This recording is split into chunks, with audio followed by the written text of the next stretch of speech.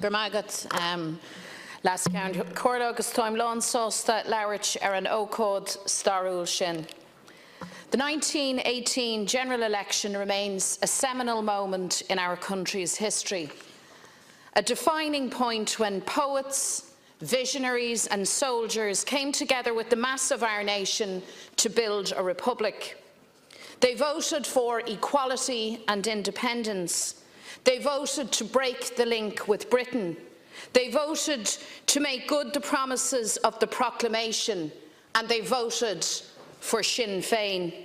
And so the election in 1918 drew the description as the Sinn Féin election.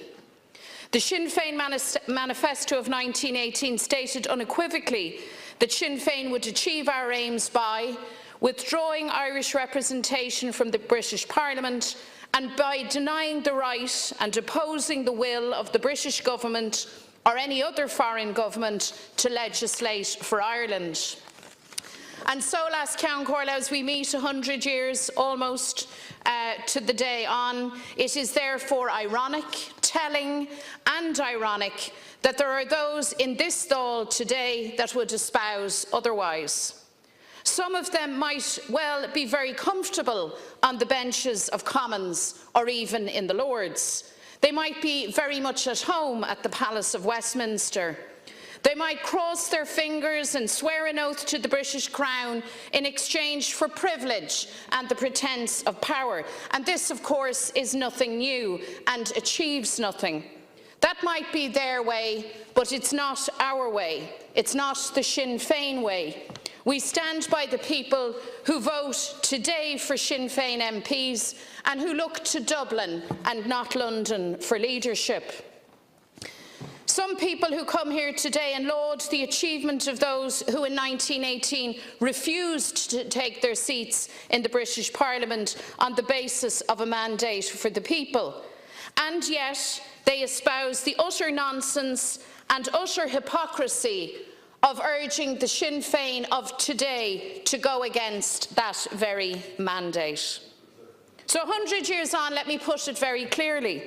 There's nothing stopping Fianna Fáil or Fine Gael from contesting elections in the north. Go ahead and let the people, as they had 100 years ago, let the people be the judges and have their say on that. And until then, and beyond, Sinn Féin will represent our people on the basis of the mandate and their instruction. The 1918 election was unique in being the first election held on this island in which women could vote, albeit that it was restricted to women over the age of 30. It was also the first election in which all men over the age of 21 could vote, and that was defining. It returned for the first time in history a woman MP, an abstentionist MP, Constance Markievicz, the most unmanageable of revolutionaries. And as an Irish woman and the president of Sinn Féin, I want to pay a particular tribute to her today, and also to Winifred Carney, who contested that same election in the Victoria ward of East Belfast, but who sadly was not returned. Markievicz was a disruptor and a rebel of her time, a woman who stood on picket lines with workers, stood with tenants against the landlords, and stood on battle lines against the British. She was the scourge of the establishment, and she still troubles those in power today. She remains an inspiration for all of those who hold to the principles of freedom and unity.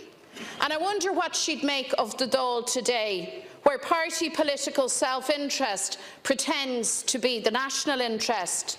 I have no doubt that she would berate those in power, and she would stand for citizens' rights, for equality and for Irish unity, as we do still. 100 years on, and we are still about transforming Ireland and uniting our country. We're about building, shaping and leading the Republic.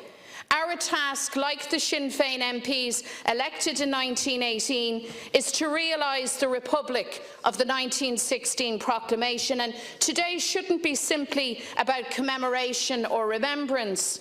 It's not good enough to bow our heads to the past. It's about lifting our faces to the future, to delivering on the sacrifices of the past, to building a new, united Ireland and a republic worthy of the name.